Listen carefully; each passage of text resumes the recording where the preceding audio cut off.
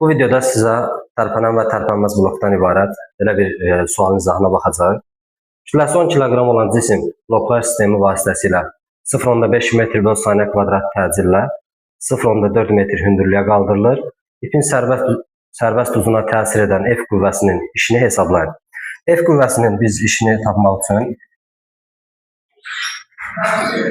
ipin uzuna tətbiq olunan F qüvvəsini vurmalıyıq ipin yer dəyişməsinə.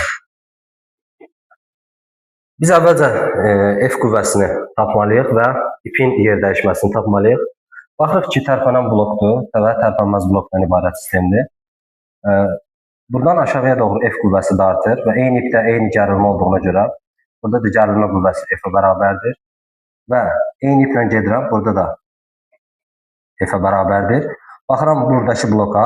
Bu bloku yuxarıya doğru 2F artır və tarazlıq üçün aşağıdan da gərilmə qüvvəsi 2F qədər olmalıdır. Baxıram bu cismi yuxarıya doğru 2F, aşağıya doğru cismin ağırlığı mg və Newton ikinci qanunu yazırıq. Təcil yuxarıyadır, onda yuxarı dartan qüvvə daha böyükdür. Yazacağıq ki, 2F minus mg bərabərdir ma-ya. 2F minus m cismin kütləsi 10 kiloqram, J-ni bizə 10 verib, 100 bərabərdir. M 10 vurulsun təcil 0,5'dir.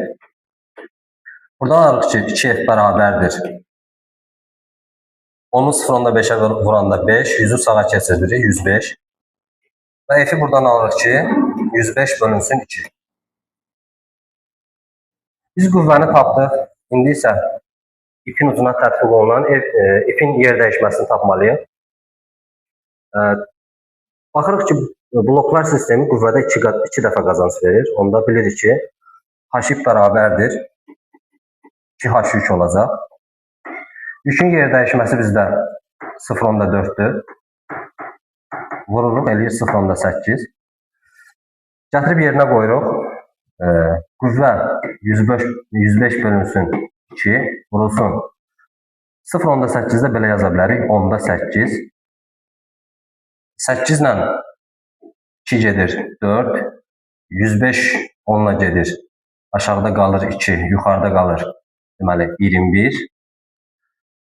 4 ilə 2 gedir 2 və buradan alınır ki 42 son.